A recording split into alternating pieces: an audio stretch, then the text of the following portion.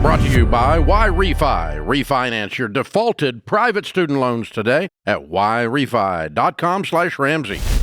Hi, and thank you for taking my call. Absolutely. My name is Andrea, and I am 60 years old, and I am employed. I bring home about $2,864 a month. I live with my son and his family.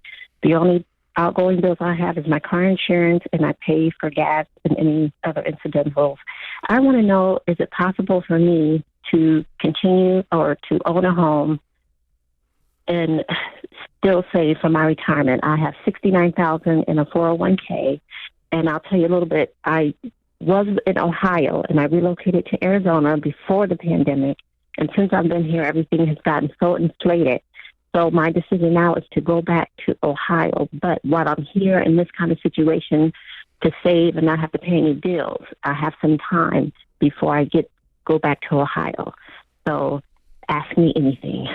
All right. So you told me your stated goal was, I want to be able to own a home and retire one day. Yes. Okay. That's going to take a sizable nest egg and a pretty solid savings rate. So how much are you able to save right now? You're saying you got almost no bills. So out of that $2,864, how much is left over? It'll be $2,154, like $2,154 with minus the car insurance and the gas. But I plan on getting a job where I work at to work from home, which that will save on the gas. And I do have like $45,000 saved up. Okay, that's in a savings account? Mm-hmm. And no debt whatsoever? Well, no. Not if I have debt, I just pay it off every month if I use a credit card.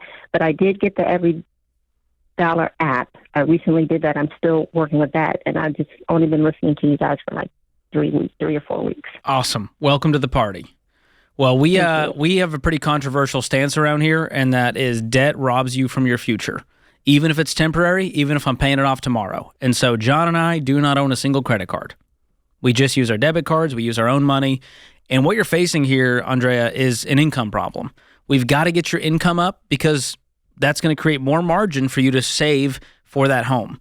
And so you're in what we would call baby steps 4, 5, and 6 if you're debt-free with an emergency fund, which you just told me you have $45,000 liquid? Yes.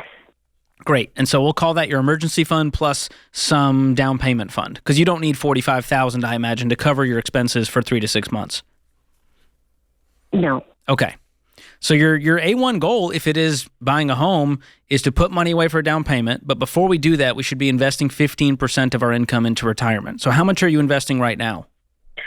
So right now, I'm not investing that much. I think I'm at 1%, and I can probably put that up to where I should be. Why is it at 1%? Because in my mind of thinking, before I listened to you guys, I was going to get more in my check to save more. But that hasn't worked out as well as I wanted it to. Well, you can't save your way to wealth. We have to invest this money. Because right now, you're not even beating the rate of inflation if that money's just sitting in a checking account. Yes. If you invested, the stock market, the U.S. stock market last year, Andrea, in 2024, returned 24%. So you put $100,000 in that account, now it has $124,000. Do you see the difference? Okay. Invested in the stock market. And we're not saying a single stock. You're going to do mutual funds within that retirement account that will grow at a steady pace, probably 10 to 12% over the next 10 years. And that will at least help give you some cushion. I don't know that we're going to have a dream retirement at this stage of the game. We might have to do what John Deloney says and choose our reality and grieve what could have been and create a new picture of what's next. Why don't you want to live with your son? I don't want to. I just don't want to be honest. You get to do whatever you want. I know. Going all the way back to Ohio, that's a long way. It feels like an intentional move away from family. Well, it'll be away from it'll be away from this family, but then my sisters and brothers are all back east, and they're all getting older, and they're all like sickly. Ah, okay. And I guess I wanted to be closer to them. Not that I don't want to be closer here, but it's easier for me to get here. Right now, it's not easy for me to get there. Gotcha. And be there as a help. Is there a possibility you could move in with one of your brothers and sisters in a garage apartment or something? I'm just trying to like reimagine buying a house right now versus if you're going to be in a caretaker role, moving in with somebody. I could. That is a possibility. I'm not going to lie and say it's not. It's a possibility. I know it might not be ideal, but man, I love the idea of you saving some money over the next 5 or 10 or 15 years until somebody can help you, right? Because you'll need that. You'll need somebody to love and care on you also. Yeah. If you move to Ohio, is your job going to go with you? Yes, if I get the job from home, my job comes with me. Okay, great. What does that job pay? About $40,000 a year. Okay. What job is it? What kind of role? I work in the medical records department. What would it look like to make $60,000 or $70,000 at your age with your experience in that field? What does the ladder look like? I'm not understanding the question. I'm sorry. Like, what would your supervisor be doing in the medical records field? Is there another job out there where you could not just settle for whatever job you could get, but go, how do I grow in this field so that I can actually put more away for retirement and save up for that house?